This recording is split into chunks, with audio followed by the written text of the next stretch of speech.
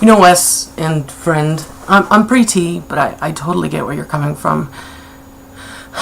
My desire concerning my emotions is very much to be direct. That's how I troubleshoot. Okay, this is the problem, this is the solution. And when you're on estrogen emotional roller coasters, it's really hard to develop that sort of clear thinking follow through. I'm 30. I've had tons of ups and downs due to my estrogen, emotional cycle.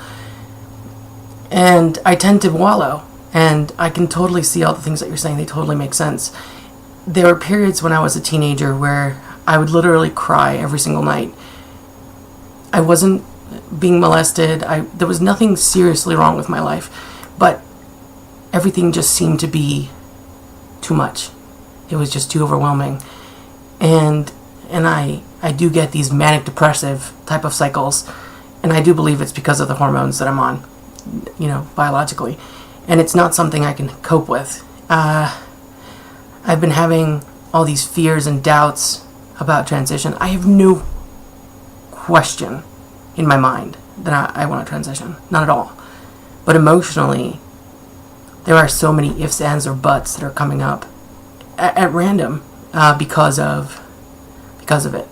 Because of my current hormonal state. But I seem to be mostly, my hormonal balance doesn't exist. I'm constantly on a down. It's very rare for me to have good days. And I keep hearing from other trans guys like that taking tea totally smooths it out. It just makes it, you have an emotional area, and it's pretty constant. I need that because, transitioning is very hard. And when you can't have a single day go by where you're not riding a roller coaster that you can't control, it makes the journey almost impossible. I know how to fix the problems that I have. I know how to do it, and I'm doing it, but emotionally, it's not enough. I'm constantly in turmoil as far as that. But it seems like, so everything you're saying makes sense, and it's wonderful, and thank you for sharing it. As far as relating to people, I've had the same exact thing where the only way that I could relate to people was by lying to myself but being honest on the outside, or lying on the outside but being honest on the inside. And that's sort of what finally was the last straw that made me come out as a trans man and start taking steps to deal with that. The whole issue was, it was dishonesty one way or the other, and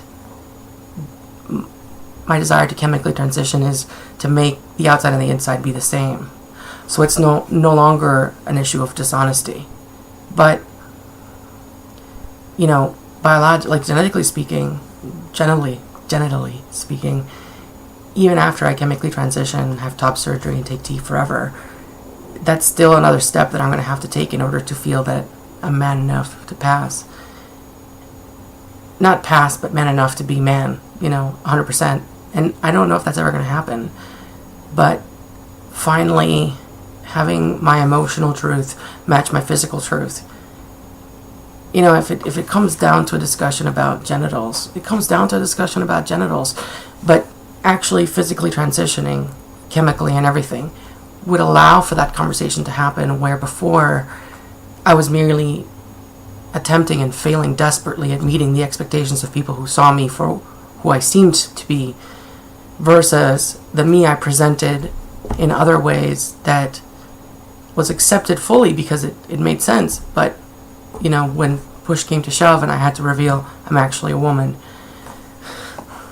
then they thought I was a liar. So, and then you get pegged. It's just, I get it. And you guys are awesome, and you put it way better, and it was just my way of saying thank you, and I can totally understand. So, again, Wes, you're amazing. Thanks. Bye, guys.